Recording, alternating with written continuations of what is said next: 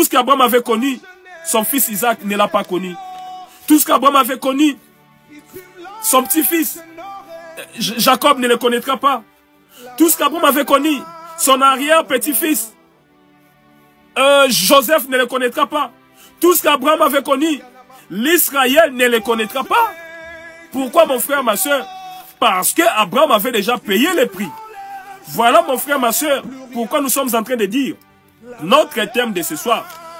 Excusez-moi.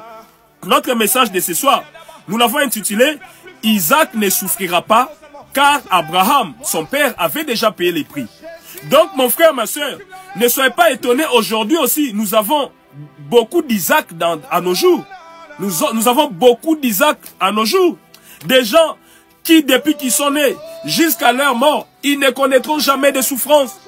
Parce que leur ascendance, leur aïeux, leur grand-père, leurs parents avaient tellement travaillé dur qu'ils leur ont légué une telle fortune qu'ils ne deviendront jamais pauvres.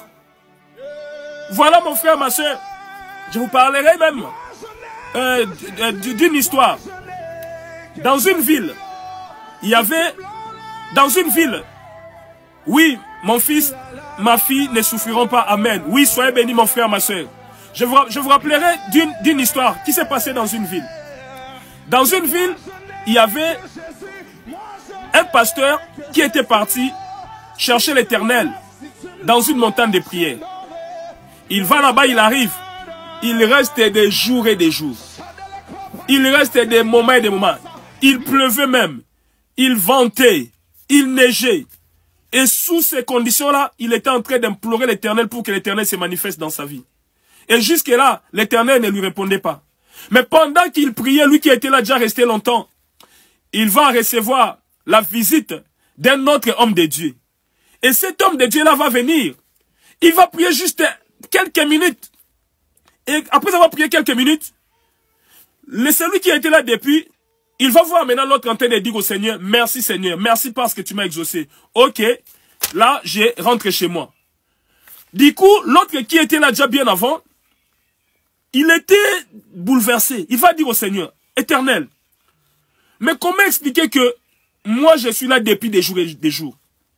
Je suis là en train de gêner, de prier sous les neiges, sous le soleil, sous le froid, toutes ces conditions climatiques.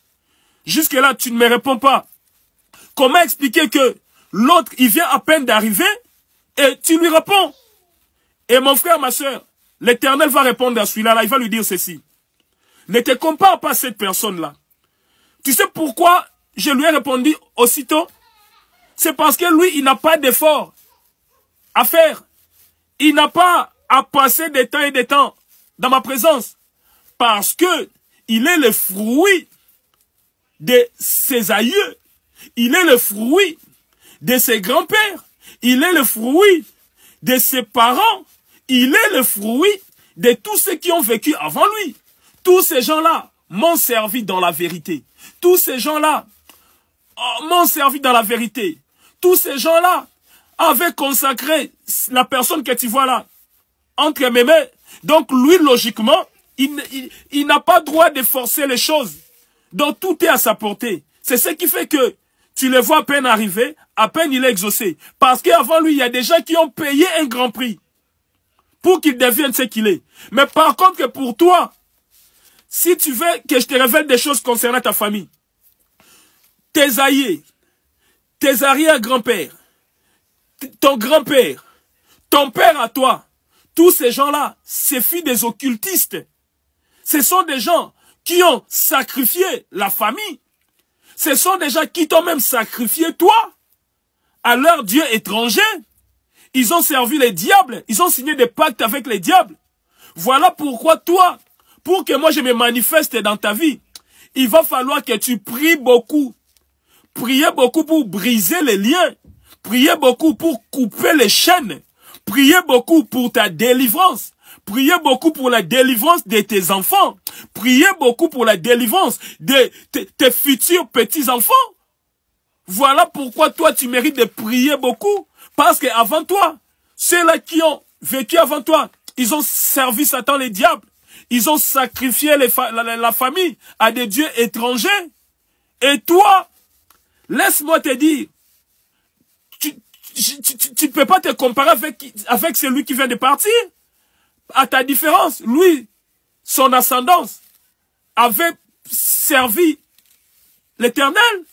Son ascendance a travaillé pour moi, avait consacré la personne que tu as vue là, entre mes mains, dont tu ne peux pas te comparer à lui. Et mon frère, ma soeur, c'est pareil que Genèse 15, 2 à 4. Abraham avait souffert pour devenir tout ce qu'il était devenu. Mais tout ça, c'est pour qu'un jour, Isaac, son fils, en profite. Mon frère, Isaac n'avait pas forcé. Isaac n'a pas galéré. Isaac n'a pas eu le même parcours qu'Abraham. Voilà pourquoi, après même la mort d'Isaac, Isaac mettra au monde des enfants, et parmi les enfants, il y avait Jacob, le fils de la bénédiction. Lui aussi, il ne va pas souffrir. Il va hériter de la bénédiction d'Abraham, qui était descendu sur Isaac. Et Jacob aussi, lui, après la mort, il va léguer la richesse à ses enfants. Et parmi ses enfants, il y avait Joseph, qui deviendra un jour numéro 2 de l'Égypte.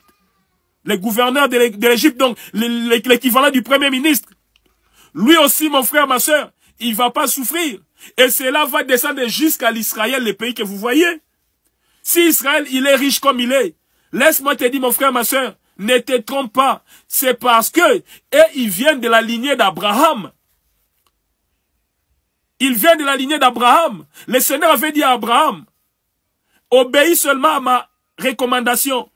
Si tu obéis à ma recommandation, je rendrai ton nom grand et je bénirai tous ceux-là qui sortiront de toi.